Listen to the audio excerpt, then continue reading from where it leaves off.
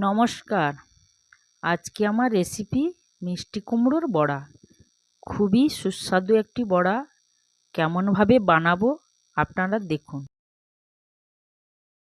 প্রথমে কুমড়োর খোসা ছাড়িয়ে কুচি কুচি করে কেটে ধুয়ে নেব।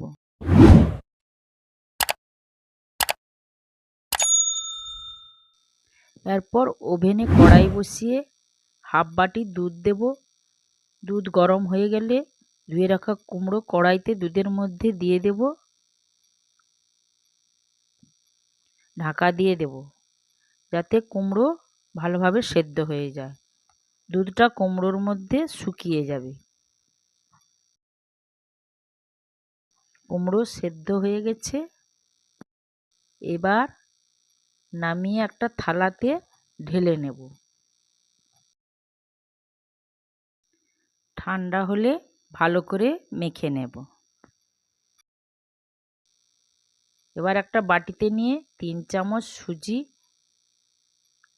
1 চামচ চাল গুঁড়ো, 1 চামচ ময়দা, 4 চামচ চিনি দিয়েছি। আপনারা আপনাদের স্বাদ মতো মিষ্টি দেবেন। নারকেল গুঁড়ো, লবণ, মৌরি, এলাচ গুঁড়ো দিয়ে ভালো করে মেখে ঢাকা দিয়ে রেখে দেব।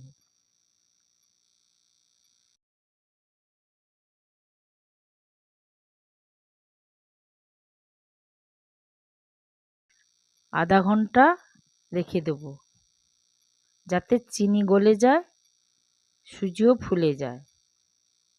আধা ঘন্টা পর কড়াইতে তেল দিয়ে কুমড়োর বড়া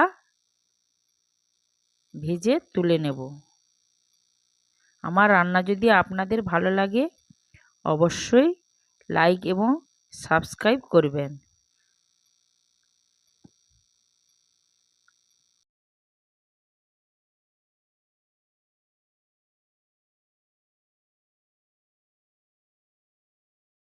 এইভাবে সমস্ত বড়া ভেজে তুলে নেব।